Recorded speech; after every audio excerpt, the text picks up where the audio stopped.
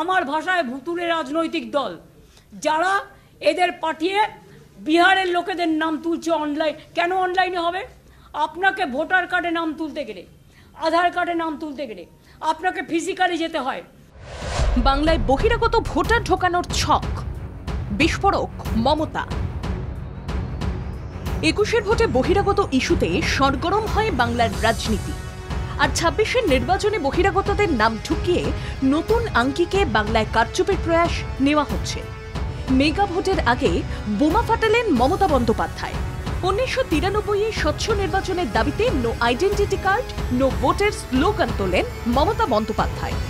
মহাকরণ অভিযান করে গণতন্ত্রের ইতিহাসে নতুন অধ্যায়ের সূচনা করেন বলে দাবি করেন তৃণমূল নেতৃত্ব। বাম আমলে ভুতুরে ভোটারদের বিরুদ্ধে লড়াই করা মমতা বন্দ্যোপাধ্যায় এবার ভোটার তালিকায় বহিরাগতদের নাম ঢোকানোর বিরুদ্ধে সোচ্চার হলেন।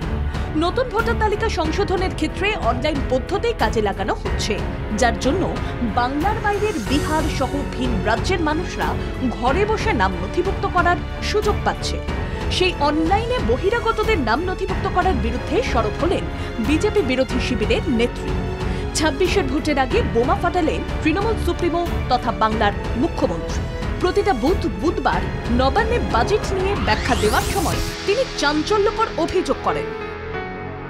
প্রতি বিধানসভায় ২০ থেকে ৩০ হাজার বহিরাগত নাম ঢোকানোর চেষ্টা। বাংলার বাইরের ভুতুরে ভোটারদের নাম অনলাইনে তোলার অভিযোগ। কোনো প্ল্যান কাজ করবে না, সব আমরা ভেস্তে দেব। নাম না করে বিজেপিকে চড়া সুরে হুঁশিয়ারি মমতার। যারা বাংলার মানুষ নন তাদের ভোটার তালিকায় নাম তোলার প্রয়াস নেওয়া হচ্ছে। ভোট কারচুপি নিয়ে সরব হওয়ার পাশাপাশি স্বচ্ছ ভোটে জোর দেন রাজ্যের মুখ্যমন্ত্রী। ২০,০০০ থেকে ৩০,০০০ বাইরের লোকের নাম ঢোকাবে, আর ইলেকশন কমিশন ইলেকশন করবে, সেন্ট্রাল ফোর্স দিয়ে তারা গার্ড দেবে, আর বাইরের লোকেরা এসে যারা বাংলার লোক নয়, বাংলার ভোটার নয়, তারা এসে ভোট দেবে। এই পরিকল্পনা কিন্তু আপনাদের আমরা ভেস্তে দেবো। ভোটার কার্ডে নাম তুলতে গেলে শারীরিকভাবে উপস্থিত থাকতে হয়, কিন্তু অনলাইনে ভোটার লিস্টে নাম তোলা হচ্ছে। বিহারের ভুতুরে ভোটারদের নাম ঢুকিয়ে জল মেশানো হচ্ছে। বিস্ফোরক অভিযোগ করেছেন মুখ্যমন্ত্রী মমতা বন্দ্যোপাধ্যায়।